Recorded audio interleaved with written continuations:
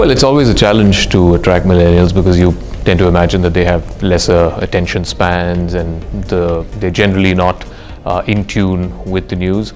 But I think one of the things, at least for a television company which I work for, one of the things that's doing very well on the internet is these short videos, 2-minute, 3-minute sort of explainers, which does extremely well, gets a lot of page views, gets shared a lot on social media, and particularly by young people.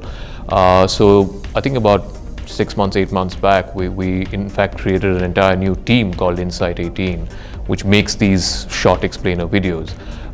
So from a predominantly TV company, I think this is one of the avenues that seems to have worked out well in terms of how you can attract younger audiences, millennials, and so on.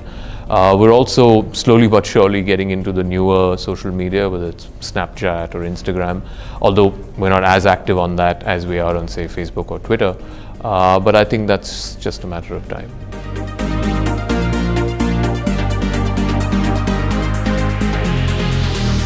Well, I think the notion that somehow young people are not interested in the news, I think is a wrong one. I think they're just as interested, if not perhaps more interested in the news as non-millennials are. It's just that you need to be able to keep their attention.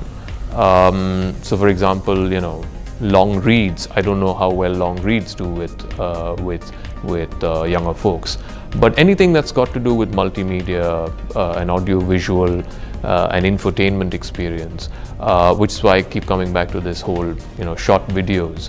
I think it's about holding their attention, and I think it's disingenuous for media companies to think that young people will read an article that's 4 scrolls long or things like that.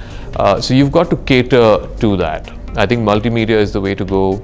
Short videos are the way to go. And honestly, I think one of the other good things about young people is, you can just pick up a mobile phone and shoot stuff, and it can still end up going viral. It can still strike a chord with young people. So I think that sort of reduces costs that are incurred on media companies in a big way. I mean, we're doing this interview on a DSLR. So this kind of thing would have been impossible, say, 10 years ago. We would have had to have a proper sit-down camera interview. So I think that's something that young people, it's an opportunity for media companies.